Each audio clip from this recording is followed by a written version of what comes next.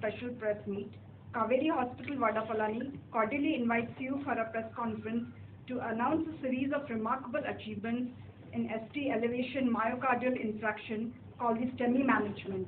On December 24th alone, the hospital has treated 15 such STEMI cases, averaging one case every alternate day. So it's a kind of a remarkable achievement because these procedures have been done within 49 minutes, whereas the international standard is 90 minutes. Today, I welcome Dr. Arvindan Selvaraj, who is present among us to grace this occasion. He is the co-founder and executive director of Kaveri Group of Hospitals. We also have Dr. Professor Manokar P., the senior interventional cardiologist and clinical lead for the heart failure and transplant program. We have also with us Dr. Sundar C., senior consultant intervention cardiology and endovascular specialist. Something which I am very passionate about. As a cardiologist, probably there is nothing more enriching than a primary PCA. So just like the first cry of a baby is for a pediatrician or for a gynecologist, doing a primary PCA has always been the most gratifying experience for an interventional cardiologist. So if there is something which makes intervention exciting and satisfying, it is a primary PCA. To just go back into history, if you look at it, the first angioplasty was done when I was born way back in 1977.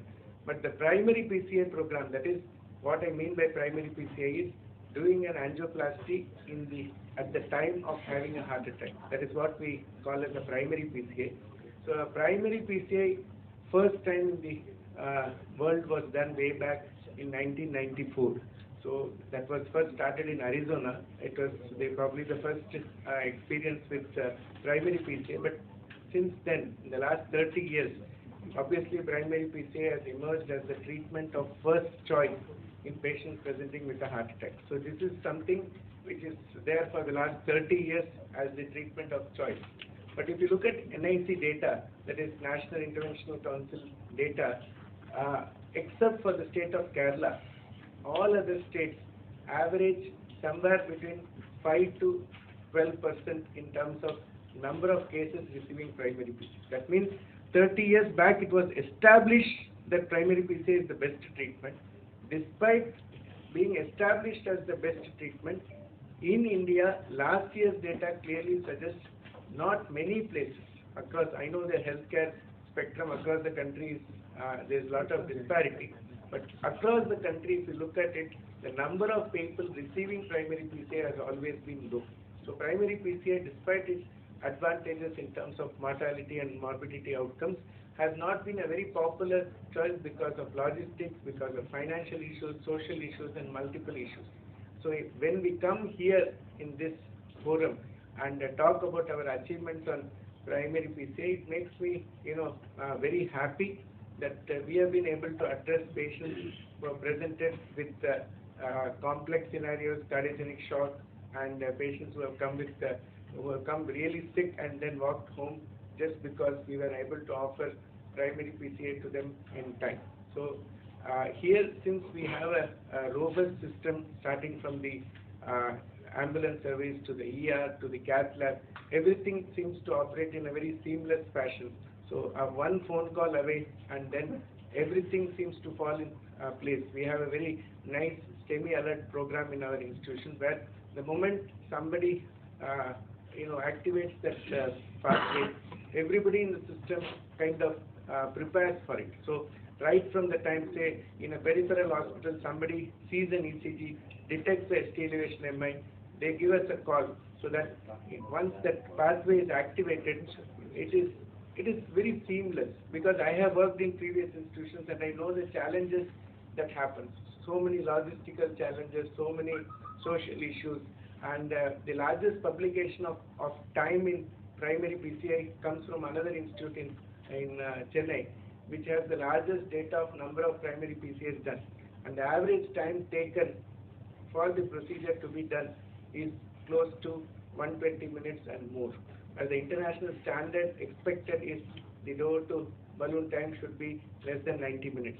So why we are gathered here and we are proudly presenting our numbers is, in the last month, the data that my colleague Dr. Sundar will be sharing is, our average time taken has been less than hour, around 49 minutes. So that is why we feel very happy and proud that in the last year or so since we have been in this institution, the seamless way that primary PCA program has activated, lot of factors have contributed in terms of the location of the institution, the management support, and in general awareness about heart disease, which has helped us achieve this.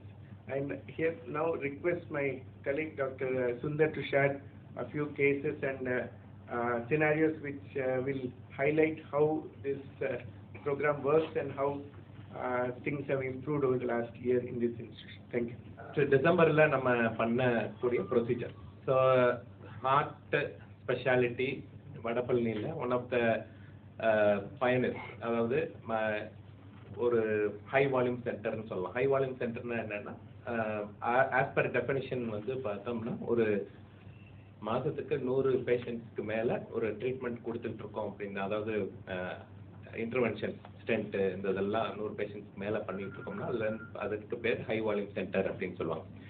So Kaveri Vadapalani ஆரம்பித்து இந்த 1 இயரில் பார்த்தோம்னா it has ஒரு progress ஆகி growth ஆகி இன்னைக்கு ஒரு தனி இடத்தை வந்து இந்த நாளில் பெற்றிருக்கு அப்படின்னு நம்ம சொல்லலாம். இதற்கு வந்து நம்ம லாஸ்ட் மந்த் என்ன இது சார் சொன்ன மாதிரி ஸ்டெமினா என்ன, பிரைமரி பிசிஐனா என்ன, இது என்ன திடீர்னு ஒரு டோர் டு பலூன் டைமு, டோர்னா எந்த door, hospital Dora, emergency Dora, இல்லை கேப்லாபுக்குள்ளே வர்ற அந்த ப்ரொசீஜர் பண்ணுற டோரா, இது எல்லாத்தையுமே நான் உங்களுக்கு வந்து தெளிவாக எக்ஸ்பிளைன் பண்ணுறேன். ஸோ உங்களுக்கு ஏன்னா நீங்கள் இது பத்திரிகையாளர்கள் என்பதால் உங்களுக்கு வந்து இதை நான் வந்து இந்த எப்படி மக்களுக்கு நீங்கள் சேர்க்கணும் அப்படிங்கிறது மாதிரி நான் இதை சொல்ல வர்றேன். ஸ்டெமி அப்படின்னு சொன்னோம்னா என்னென்னா, ஸ்டெமிங்கிறது ஒரு மெடிக்கல் டேர்ம். ஸோ அதை வந்து கலர்க்கியல் டேர்மில் சொன்னோம்னா ஹார்ட் அட்டாக், அவ்வளோதான். ஸோ ஒரு பேஷண்ட்டுக்கு ஹார்ட் அட்டாக் நடந்த உடனே நம்ம என்ன வைத்தியம் பார்க்க போகிறோம் அப்படிங்கிறது தான் ஹாஸ்பிட்டல் அப்படின்னு சொன்னோம்னா என்ன மாதிரியான வைத்தியம். ஒரு ஹார்ட் அட்டாக் பேஷண்ட்னா ஒரு உயிருக்கு ஆபத்தான ஒரு நோய். உங்களுக்கே தெரியும், நிறைய பத்திரிகையில் நீங்கள் இருக்கிறதுனால நிறைய இப்போ ஆஃப்லேட் நிறைய பேர் ஒரு செலிபிரிட்டிஸ்னாலும் சரி, மற்ற பொதுமக்கள்னாலும் சரி, நிறைய பேர் யங்கர் ஏஜில் நிறைய பேர் ஹார்ட் அட்டாக்ல இறந்து போயிடுறாங்க அப்படிங்கிறதெல்லாம் நிறைய நியூஸில் நீங்கள் கொண்டு வந்திருக்கீங்க. ஸோ அதனால் அதற்கான அவேர்னஸ் நிறைய ஜாஸ்தியாக இப்போ இருக்குது அப்படின்னு சொல்லியிருக்கோம். ஸோ இந்த ஸ்டெமி எஸ்பெஷலி இந்த டிசம்பர் மாதம் பார்த்தீங்கன்னா, நவம்பர் டிசம்பரில் பார்த்தீங்கன்னா அந்த குளிர்கால மந்த்தில் எப்போவுமே ஒரு அப் ட்ரெண்ட் இருக்கும் இந்த ஸ்டெமியில், அந்த ஹார்ட் அட்டாக் கண்டிஷன்ஸில். ஸோ அது எதனால் அப்படிங்கிறது நிறைய ரிசர்ச் நடந்திருக்கு. ஸோ இப்போ இந்த ஹார்ட் அட்டாக் வந்ததுனால இப்போ அடுத்து நம்ம என்ன பண்ணுறோம் அப்படின்னு, ஹார்ட் அட்டாக்னா என்ன அப்படின்னு சொன்னோம்னா, பேசிக்காக ஒருத்தருக்கு ரத்த குழாயில் இருதயத்துக்கு மொத்தம் 3 ரத்த குழாய்கள் இருக்குது. ரைட் சைடில் 1, லெஃப்ட் சைடில் 2 ரத்த குழாய்கள் இருதயத்துக்கு சப்ளை பண்ணும். இந்த இருதயம் அந்த ரத்த குழாய்களில் ரத்தம் வந்து இருதயத்தை ரீச் பண்ணால் தான் இருதயம் தன்னால் இயங்க முடியும். இதில் ஏதாவது ஒரு பாதிப்பு, அதாவது ரத்த குழாயில் அடைப்பு ஏற்பட்டுச்சுன்னா அதற்கு பேர் ஹார்ட் அட்டாக் அப்படின்னு சொல்கிறோம். ஸோ இந்த ஹார்ட் அட்டாக்கை நம்ம இப்போ பார்த்தோம்னா, இப்போ பார்த்தீங்கன்னா அந்த ரத்த குழாய் வழியாக அப்படி போயிட்டு இருக்கிற சிவப்பு கலர் ரத்தம் திடீர்னு உறைஞ்சு போய் அந்த ஏரியாவே அட்டாக் ஆகிறது தான் இந்த ஹார்ட் அட்டாக்னு சொல்கிறோம். இப்போ இந்த உறைஞ்சு போகிற ரத்தத்தை நம்ம எப்படி அதை சரி பண்ண போகிறோம்? இம்மீடியட்டாக சரி பண்ணோம். ஏன் அப்படின்னு சொன்னோம்னா, இதெல்லாம் எண்ட் ஆர்டரிஸ், அதாவது ரத்த குழாய் மொத்தம் 3 தான், கடவுள் படைச்சதில்லை, 3 தான் ரத்த குழாய். இப்போ ஒரு ரத்த குழாய் அடி வாங்கிருச்சு அப்படின்னு சொன்னோம்னா அந்த ரத்த குழாய் சப்ளை பண்ணக்கூடிய அந்த சதை எல்லாமே வந்து பட்டு போயிடும். ஸோ அந்த எவ்வளோ வேகமாக நம்ம அந்த ரத்த குழாயை ஓப்பன் பண்ணி சரி செஞ்சு அந்த ரத்த ஓட்டத்தை சரி பண்ணுறோம் அப்படிங்கிறது தான் ஹார்ட் அட்டாக் ட்ரீட்மெண்ட்டில் சக்ஸஸ். அதனால தான் இந்த டைமை ரொம்ப ரொம்ப ரொம்ப நம்ம சொல்கிறோம். முதல்ல 6 மணி நேரம்னு நம்ம மக்களுக்கு நம்ம தெரியப்படுத்துறதே அதுதான். அந்த ஹார்ட் அட்டாக் நடந்த அந்த 6 மணி நேரத்தில் அந்த ரத்த ஓட்டத்தை சரி பண்ணால் தான் அந்த இது முழு அளவில் இருதயம் இயங்க முடியும். ஒருவேளை டிலே ஆக ஆக ஆக ஒவ்வொரு மசில்ஸும் அது சப்ளை பண்ணக்கூடிய அந்த இடத்துல இருக்கக்கூடிய ஒவ்வொரு மசில்ஸும் அப்படியே பட்டு போய்கிட்டே இருக்கும். நீங்கள் அதுக்கப்புறம் எவ்வளோ லேட்டாக அதை சரி பண்ணாலும் பட்டு போன மசில்ஸ்கள்லாம் திரும்ப வளராது. ஏன்னா அதெல்லாம் ஒன்ஸ் பட்டு போயிடுச்சுன்னா அவ்வளோதான். ஸோ அதனால தான் அந்த டைமை ரொம்ப தடவை சொல்லிக்கிட்டே இருப்பாங்க இந்த ஹார்ட் அட்டாக்கை பொறுத்த வரைக்கும். இதுக்கு 2 வகையாக ட்ரீட் பண்ணுவாங்க. சார் எப்படி சார் நீங்கள் பெரிய ஹாஸ்பிட்டலாக இருக்கிறதுனால நீங்கள் ஸ்டென்ட் பண்ணுறீங்க, ஸோ சின்ன ஹாஸ்பிட்டல்ஸ்லாம் என்ன பண்ணுவாங்க அப்படின்னு சொல்லுவாங்க. ஸோ இதில் வந்து 2 வகையாக ட்ரீட் பண்ணுவாங்க. ஒன்று வந்து த்ராம்போலைசிஸ், கிளாட்டு ரத்தம் உறையிறது தானே ஹார்ட் அட்டாக். அந்த ரத்த ஓட்டத்தில் ரத்தம் உறைஞ்சு போகிறது தான் ஹார்ட் அட்டாக். அந்த ரத்தம் உறைஞ்சு போகிறத மருந்து மூலமாக கரைக்கிறது ஒரு வகையான ட்ரீட்மெண்ட்டு. இல்லை நம்ம டைரக்டா இப்போ கேத்லாப் ஃபெசிலிட்டிஸ், அதாவது ஆன்ஜியோ பண்ணுற ஃபெசிலிட்டிஸ்லாம் இருக்கும்பொழுது அது உள்ளே போய் அந்த கிளாட்டை உறிஞ்சி எடுத்துட்டு, இல்லை பலூன் வச்சு அந்த கிளாட்டை உடைச்சி அதுக்கு உள்ள ஸ்டென்ட்டை போடுறது ரெண்டாவது வகையான ட்ரீட்மெண்ட். இது ரெண்டும் என்ன வகையான ட்ரீட்மெண்ட்? ரெண்டுக்கு வித்தியாசம் இருக்கா? எஸ் இருக்கு. ஏன்னா மேலே சொல்லக்கூடிய கிளாட் பஸ்டர், அதாவது த்ராம்பலைசிஸ், அதில் வந்து சக்ஸஸ் ரேட் கொஞ்சம் கம்மி. அது வந்து நீங்கள் கற்பனை பண்ணிக்கிட்டீங்கன்னா, ஒரு சிமெண்ட்டை வெட்டா இருந்துச்சுன்னு வச்சுக்கோங்க. வெட்டுனா ஈரமான சிமெண்ட் நீங்கள் தரையில் கொட்டுனீங்க, உடனே தண்ணியை ஊற்றி கழுவுனீங்கன்னா கழுவிடும். அதே தான் கொஞ்சம் நேரம் விட்டிங்கன்னா அது இறுகி போயிடும். நீங்கள் தண்ணியை ஊற்றி கழுவுனீங்கன்னா போகாது. அது மாதிரி தான் அந்த கிளாட் ஃபார்ம் ஆக ஆக இறுக்கமாகிக்கிட்டே இருக்கும் அந்த கிளாட். ஸோ அப்போ வந்து இந்த கரைக்கக்கூடிய மருந்தை கொடுத்தோம்னா, லேட்டாக கொடுத்தோம்னா அது கரையாது சில பேருக்கு. ஸோ இதோட சக்ஸஸ் ரேட்டு டிபெண்ட்ஸ். 60% கூட சக்ஸஸாக இருக்கலாம், இல்லை 70% சக்ஸஸாக இருக்கலாம். நிறைய பேர், ஒரு சில பேருக்கு அது ஓப்பன் ஆகாமல் ஹார்ட் அட்டாக் பர்சிஸ்டாக இருந்துக்கிட்டே இருக்கும். ஸோ உறுதியான ட்ரீட்மெண்ட், ஒரு கேத்தலாக் செட்டப் இருக்குது அப்படின்னு சொன்னால் உறுதியான ட்ரீட்மெண்ட் டைரெக்டாக ஆன்ஜியோ எடுத்து அந்த கிளாட்டை உடச்சி ஸ்டென்ட் பண்ணுறது தான் உறுதியான ட்ரீட்மெண்ட் அப்படின்னு சொல்லி AH, American guidelines, European guidelines எல்லாரும் சொல்லியிருக்காங்க. ஸோ இதுதான் கிளாட் பஸ்டர். பார்த்தீங்கன்னா இப்போ நம்ம கொடுக்கக்கூடிய அந்த மருந்து அந்த கிளாட்டை ஓரளவுக்கு தான் கரைக்கும். ஸோ முன்னாடி ஃபார்ம் ஆன கிளாட் எல்லாம் கரையாது. ஸோ இதுதான் அந்த சக்ஸஸ் ரேட்டு கொஞ்சம் கம்மி அந்த த்ராம்பலைசிஸை பொறுத்த வரைக்கும்.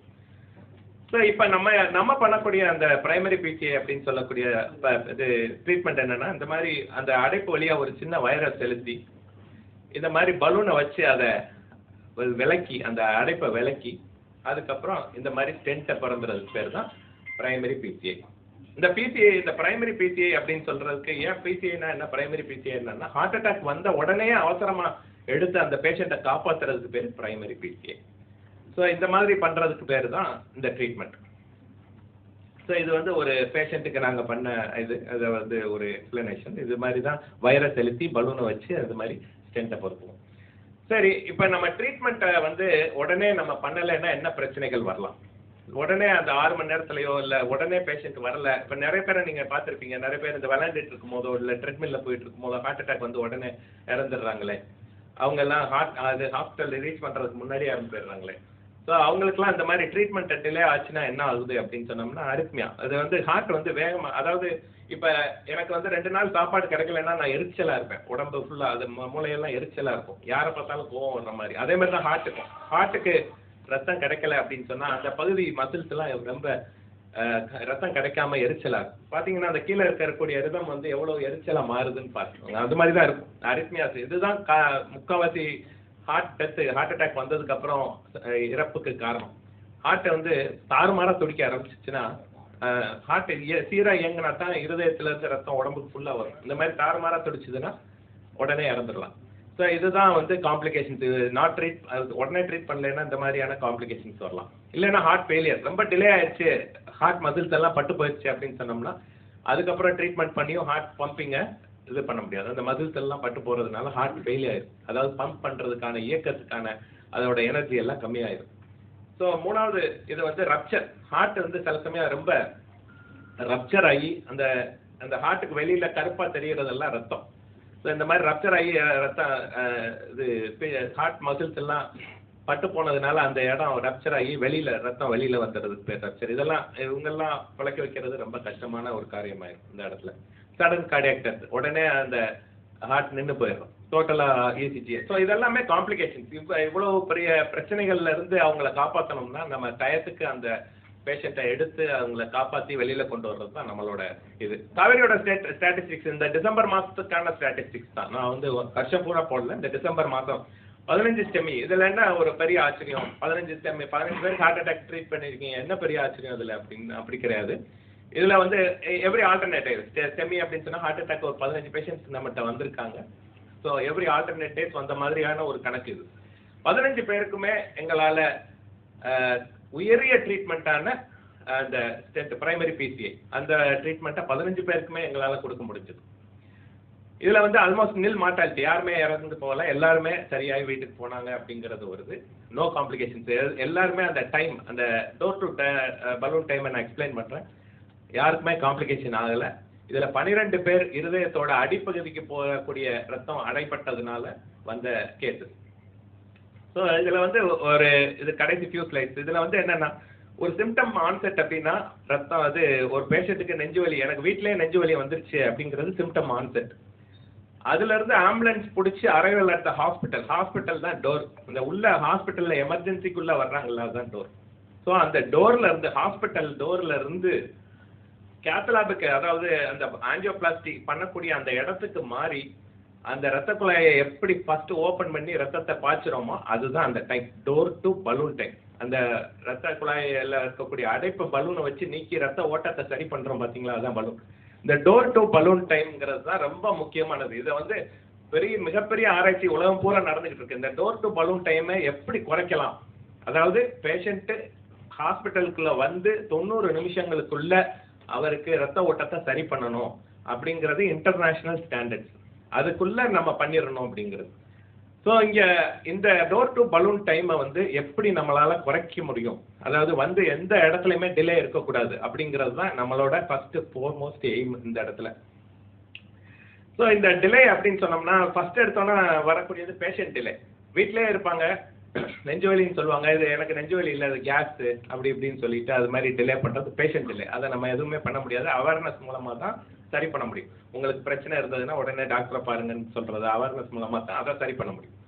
அதுக்கு இருக்கக்கூடிய அந்த சிஸ்டம் டிலே அப்படிங்கிறது தான் காவேரி ஹாஸ்பிட்டல் வந்து இதை குறைச்சது அப்படிங்கிறத சொல்றேன்.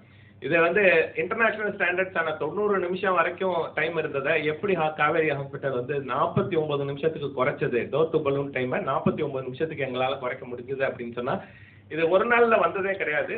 இது over the 1 year medical superintendent Poornachandran அவரோட இதுல, ஸோ கார்டியாலஜிஸ்ட் இவங்க எல்லாத்தையோட ஒரு கோஆர்டினேஷன். இப்போ நீங்க பாத்தீங்கன்னா நீங்க உள்ள என்டர் ஆனதுல இருந்து கிளாக்கு, அந்த கிளாக்கும் கேத்தலாப்ல இருக்கக்கூடிய கிளாக்கு, எமர்ஜென்சி டோரில் இருக்கக்கூடிய கிளாக்கு, லிஃப்ட் பக்கத்தில் இருக்கிற கிளாக்கு எல்லாமே ஒரே டைமை காமிக்கும், ஒரே நொடியையும் காமிக்கும்.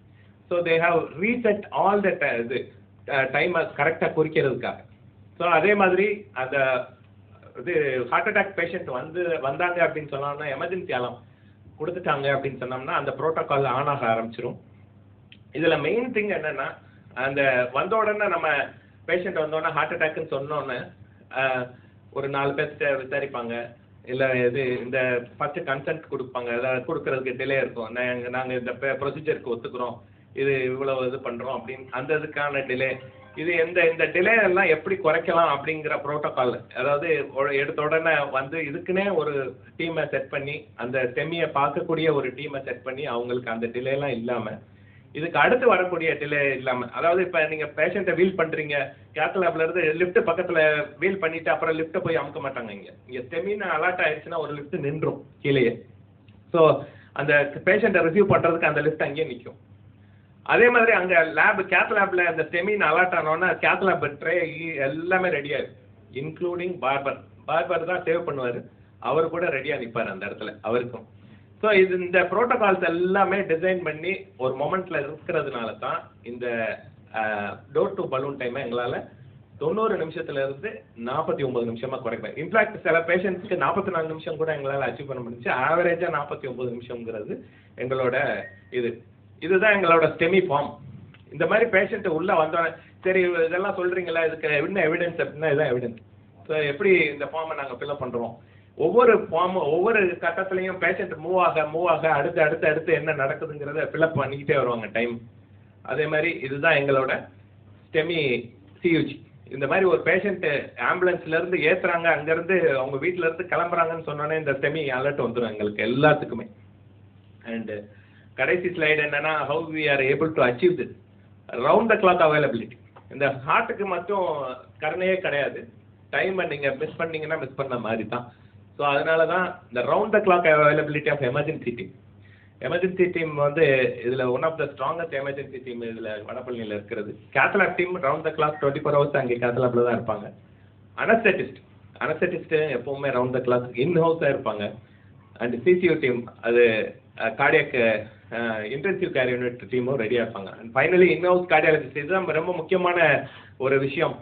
24 மணி நேரமும் சீனியர் கார்டியாலஜிஸ்ட்னா என்ன அப்படின்னு சொன்னா அவருக்கு எக்ஸ்பீரியன்ஸ் இருக்கணும். கிட்டத்தட்ட ஒரு வருஷத்துக்கு 100 to 150 ப்ரொசீஜர் அவர் வந்து பண்ணி ட்ரெயின் ஆகிருந்திருந்தா தான் அவர் பேர் சீனியர் கார்டியாலஜிஸ்ட். அதில் எஸ்பெஷலி காவேரி வடபழனியை பொறுத்த வரைக்கும் இன்னொரு கார்டியாலஜிஸ்ட், அவங்க டியூட்டி கார்டியாலஜிஸ்ட் அங்கே தான் இருப்பாங்க அங்கே. ஸோ அந்த டிலே இருக்காது. இப்போ ஒரு பேஷண்ட் வந்துட்டாங்க, ஒரு கார்டியாலஜிஸ்ட்டு ஃபோன் பண்ணி அவர் அங்கேருந்து எங்கேருந்தோ வரணும் அப்படிங்கிற பேச்சே இங்கே கிடையாது. பேஷண்ட்டுக்கு இங்கே அலர்ட் வந்துருச்சுன்னா கார்டியாலஜிஸ்ட் அங்கே தான் இருப்பார். ஸோ இதெல்லாம் இந்த சிஸ்டம் டிலே எல்லாம் சரி பண்ணதுனால தான் எங்களால் இதை அச்சீவ் பண்ண முடிஞ்சிருக்கு அப்படிங்கிறத உங்களுக்கு எல்லாம் சொல்லி தேங்க்யூ ஸோ மச்.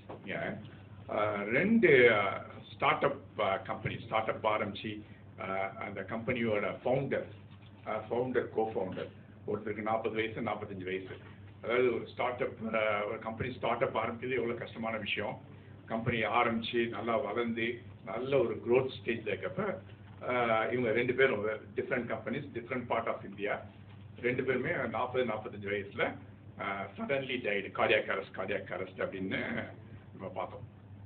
ஸோ நம்ம பத்திரிகையில் வரப்போ நல்ல ஸ்டார்ட் அப் நல்ல கம்பெனியோட சிஇஓ வந்து சடனாக இறந்து போயிட்டார், கார்டியாக் அரெஸ்ட் அப்படி தான் படிக்கிறவங்க. அது ஒன்று ஒரு பக்கம். But what is the underlying reason அப்படின்னு பார்க்குறப்போ, பர்டிகுலர்லி லாஸ்ட் ஒரு 4 to 5 இயர்ஸாக வந்து as medical community observation again is proved many times, number of cardiac illness, cardiac diseases, cardiac acute heart attack in relatively younger people, even as young as 28-29 இருந்து அந்த இதுலேருந்து acute heart attack வந்து அவ்வளோ அதிகமாக இருக்குது. 2 diseases தான் disease profile பார்த்தீங்கன்னா அந்த நான் கம்யூனிகபிள் டிசீசஸ் ஜாஸ்தியாகிட்டே இருக்குங்கிறோம். அதில் வந்து 2 டிசீசஸ் வந்து கார்டியாக் டிசீஸ், ஆங்காலஜி, இந்த கேன்சர், இது 2 தான் ரொம்ப அதிகமாக ஜாஸ்தியாகிட்டே இருக்குது. அதில் வந்து கார்டியாலஜியில் வந்து பார்த்தீங்கன்னா இந்த ஹார்ட் அட்டாக் வந்து அன்ஃபார்ச்சுனேட்லி பீப்புள் வந்து at the peak of their age, அவங்க ஒரு கேரியர் க்ரோத்தில் இருக்கிறப்பையோ இல்லை அவங்க ஃபேமிலியில் வந்து சில்ட்ரன் காலேஜுக்கு என்ற பாருங்க அந்த சமயத்தில் நடக்கிறது ரொம்ப துரதிருஷ்டமானது.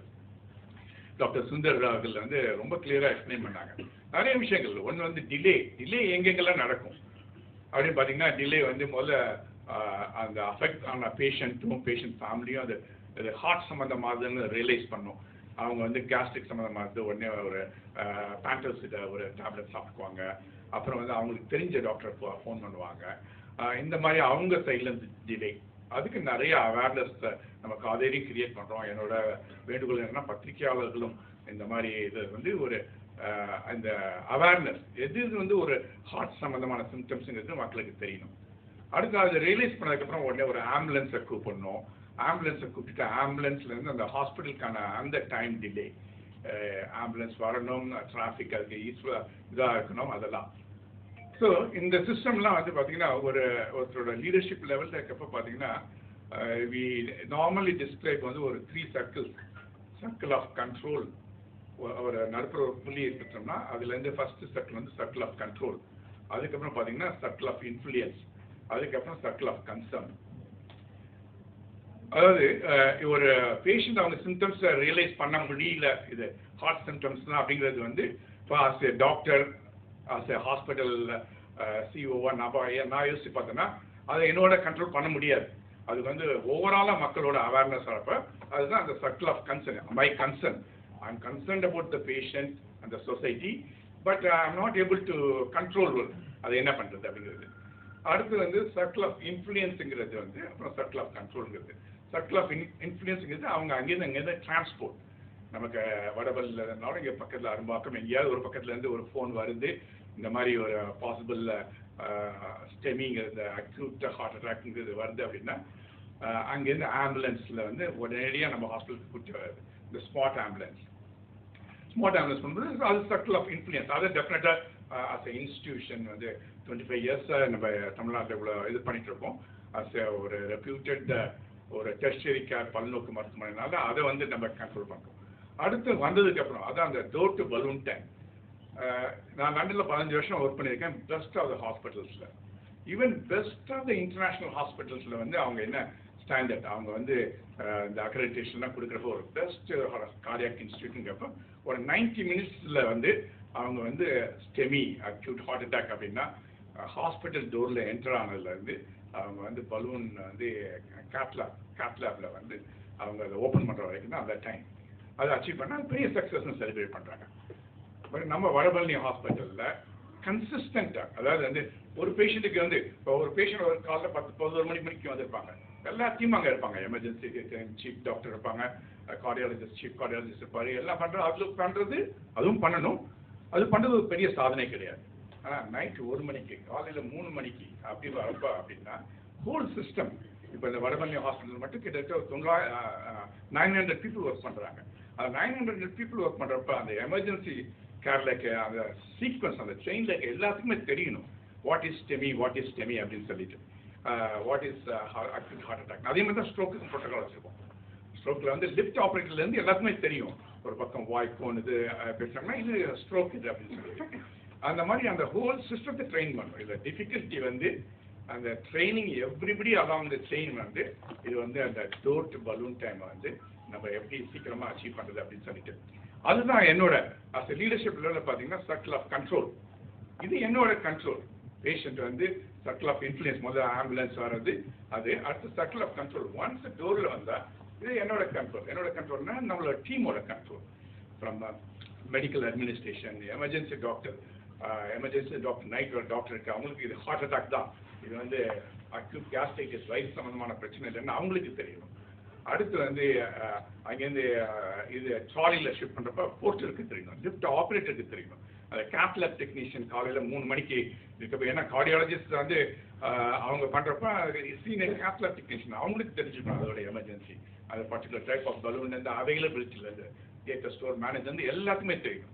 அப்புறம் டாக்டர் சுந்தர்ராம், டாக்டர் மனோகர் சொன்ன மாதிரி இன்ஹவுஸ் கார்டியாலஜிஸ்ட், அதாவது காவேரி மருத்துவமனையை பொறுத்தவரைக்கும் அக்யூட் எமர்ஜென்சி இந்த மாதிரி ஸ்பெஷாலிட்டியில் வந்து அதாவது 2 டைப் ஆஃப் சர்வீசஸ் இருக்கு. ஒன்று கன்சல்டன்ட் சீனியர் டாக்டர் லெட் சர்வீஸ்னு ஒன்று, அதாவது அவங்க தலைமையில் ஒரு நிறைய பேர் இருப்பாங்க, ஜூனியர்ஸ் எல்லாரும் பண்ணுவாங்க.